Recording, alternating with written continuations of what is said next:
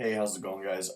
So I finally have an actual working computer. Just bought a computer earlier today, or finally it came in through the bookstore. So hopefully I won't need a microphone or won't need to race YouTube for my program to be cut out, and hopefully this should all be working good now.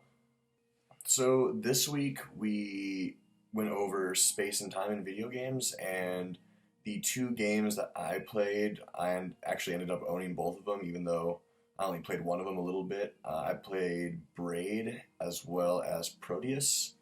I actually have Proteus going on my PlayStation right now in the background. You might be able to hear a little bit of it. I thought I chose these two games because they're so different from each other. They're complete polar opposites. Braid, as far as time goes, um, is really interesting. I think it's where the game started to get a lot of its awards and credibility, is how it assessed time. You start the game thinking that you're moving forward in time, and it's very Super Mario-esque side scroller. Um, two axes primary is the space given. Um, but as you keep playing through the game, you realize if you die, you can back up and retry and do another attempt. There's a rewind button in the game, so it kind of takes you back in time. So it starts to skew with your perception of time in the game. Um, then as you play further on, it gets really crazy because you find out that when you go back in time, certain things actually continue to go forward and aren't affected by you rewinding or not. So that changes your whole strategy of the game. Like to grab a key, you might have to sacrifice yourself and die to grab the key, but you hit the rewind button as soon as you have the key, and everything rewinds, but now you are in possession of the key, and that has completely changed the rest of the game, and you can now go back to certain areas and unlock certain things. Same with boss battles, you can rewind and have certain weapons that you've already used come back to fight the enemy. Um, I think that's really interesting. It's the only game I've ever seen be able to move backwards and forwards and back and forth at the same time.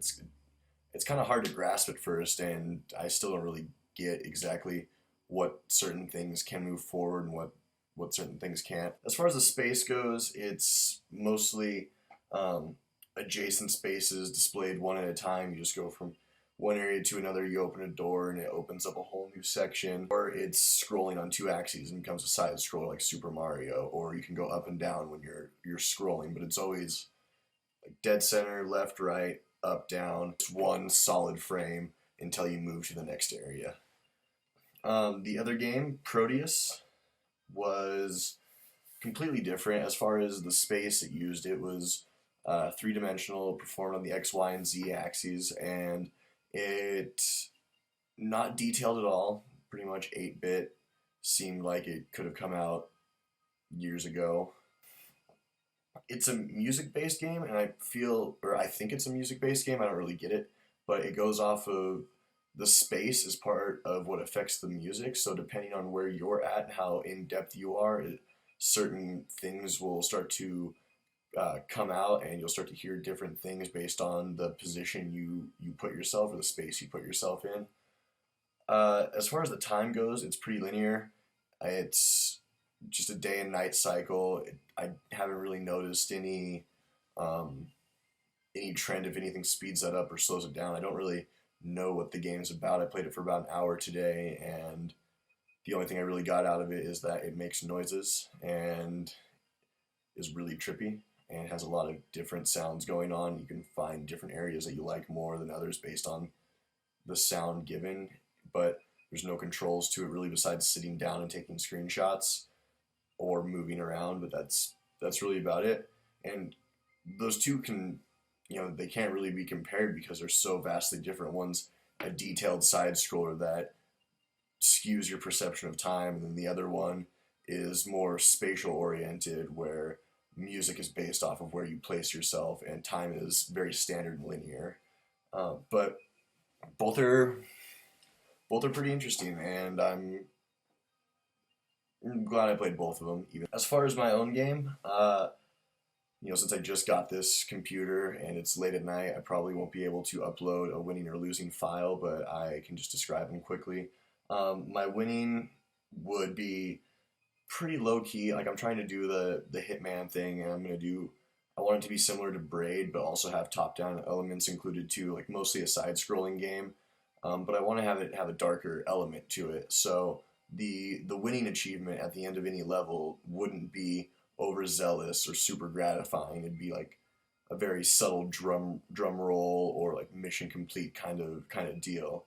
Whereas losing, there's multiple different ways to lose the game. Whether you mess up and need to go back, whether you die, or whether um, I guess those are really the only two. But based on that, you'd have a different losing sound, like Resident Evil style scream when you die if you get killed or something. But if you go back or fall off somewhere and it's not like an actual death or being killed by an NPC, it would be just a lower tone, maybe like a piano fade out kind of deal. So kind of keep the game more low key than anything else and not really give you a sense of satisfaction until you like, get to the entire end and you have more of an emotional music based ending or a more emotional theme at the end of the game where the credits are rolling and the music is more satisfying and gives you a sense of accomplishment. But until you hit the credits of the game, there's really not going to be like a satisfying noise that gives you a sense of completion.